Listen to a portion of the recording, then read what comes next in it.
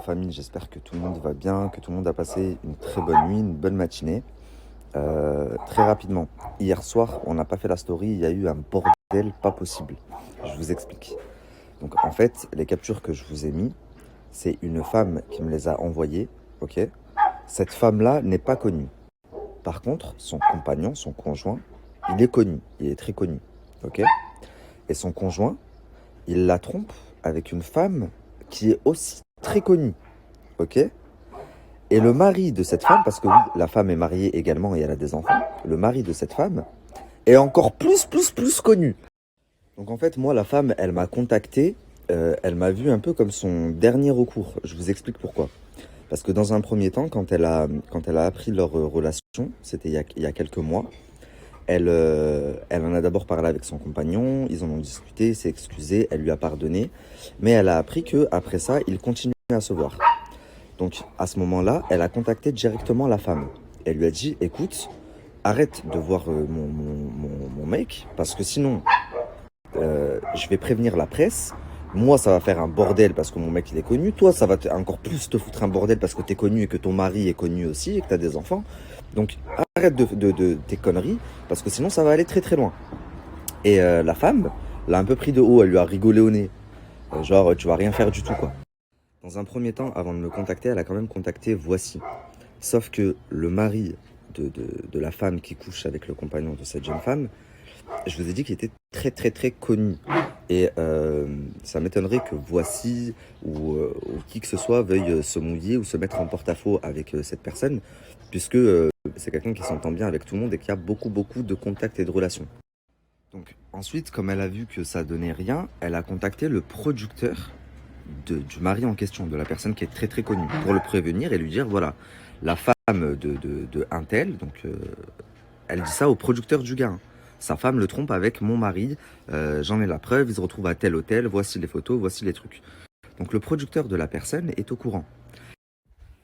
Et comme elle a vu que ça donnait toujours rien, elle sait même pas si la personne en question a été mise au courant, elle m'a contacté moi. Le problème, c'est que hier, quand je vous ai balancé les deux captures, et c'est la raison pour laquelle j'ai pas fait la story, elle s'est fait menacer, insulter, on a envoyé des gens chez elle, elle a dû quitter son domicile, et ça hier soir. Donc c'était la galère entre les téléphones, les machins, pour essayer de trouver une solution. Pour établir, il y a des mecs qui sont en train de me harceler. Ils me disent que tu leur demandes 15 000 euros pour étouffer l'affaire. Pour établir, il y a des mecs qui sont en train de me harceler. Ils me disent que tu leur demandes 15 000 euros pour étouffer l'affaire. Pour établir, il y a des mecs qui sont en train de me harceler. Bon, la famille, avant de reprendre... Putain, ferme ta gueule, toi là-bas. Avant de reprendre la story, je voulais juste vous dire quelque chose, parce que je suis en train d'ouvrir vos messages depuis tout à l'heure. Déjà, pour commencer, il y en a quelques-uns qui ont trouvé. Et là, vous m'avez choqué. Tawhad ma yaqad alikoum. Traduction, personne vous peut.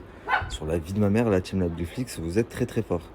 Il y en a qui m'ont sorti le nom. Je sais que tu parles d'un tel et d'un tel. Et en plus, quand je leur dis comment vous savez, ils ont eu un raisonnement et un raisonnement logique. Donc franchement, bravo pour ceux qui ont trouvé. Ensuite, la deuxième des choses que je remarque dans les messages, c'est que vous êtes une sacrée bande d'hypocrites pour certains. Donc je m'explique dans quel sens une bande d'hypocrites. Dans le sens où 80% des messages, c'est des messages qui me disent « Ouais, donne les blazes, toi tu parles toujours, tu mets l'eau à la bouche et après plus rien, machin. Pourquoi tu veux pas donner les noms ?» Et à la minute où je vais donner les noms, je vais commencer à recevoir des messages « Ouais, tu t'en fous toi de briser des couples, de briser des familles. » Donc faut vous suivre sur la tête de ma mère. Néanmoins, ils se sont permis de mentir à mon sujet. Ils ont dit à la fille, oui, il nous a demandé 15 000 euros pour étouffer l'affaire. Alors déjà, soyez crédibles les amis. 100 000, 150 000, à la limite c'est un peu plus crédible. 15 000 euros pour étouffer l'affaire, vous m'avez pris pour un manche-pierre. Je rigole bien sûr, hein. Mais c'est complètement dingue et je pense que c'était le truc à ne pas faire. M'inventer une vie. Donc plus qu'on en est là et foutu pour foutu, puisque je pense que de toute façon les deux couples sont foutus, je vais vous révéler l'identité des personnes. Juste avant de vous révéler l'identité des personnes, parce que je sais qu'il y a des gens qui vont me prendre au mot dans le snap précédent, c'était de l'humour, bien sûr. Je ne fais pas d'extorsion de fonds. Et c'est bien pour ça d'ailleurs que je suis énervé. Parce qu'ils ont essayé de me faire passer pour un manche-pierre. Genre, donne-moi de l'argent et je sors pas l'information. Or, si je faisais ça, je serais déjà très riche.